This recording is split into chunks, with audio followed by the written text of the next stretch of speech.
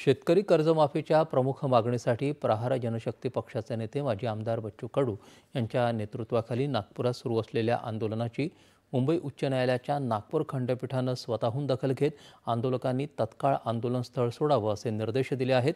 बच्चू कडू यांना केवळ कालच निश्चितस्थळी आंदोलन करण्याची परवानगी दिली होती, मात्र आता कोणतीही परवानगी नसतानाही आंदोलन सुरू आहे आणि जनतेला मोठ्या समस्या भेडसावत आहेत असं न्यायालयानं म्हटलं आहे।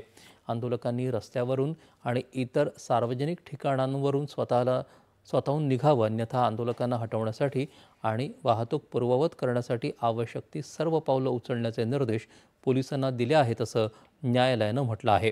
मात्र न्यायालयाचा आदेश घेऊन पोलीस आंदोलनस्थळी पोहोचले। त्यांनी आदेश आंदोलकांना दिला, मात्र आम्हाला इथून कुठं न्यायचं ही पोलिसांची जबाबदारी आहे असं बच्चू कडू यांनी म्हटलं आहे।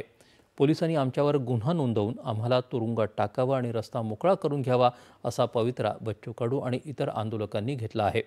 दरम्यान सरकारचे प्रतिनिधी म्हणून राज्यमंत्री डॉक्टर पंकज भोयर आणि ॲडव्होकेट आशिष जयस्वाल आंदोलनस्थळी गेले असून सध्या त्यांच्या चर्चा सुरू आहे। आंदोलन मागे घेऊन शासनाशी चर्चा करण्याचं आवाहन भोयर यांनी केलं आहे।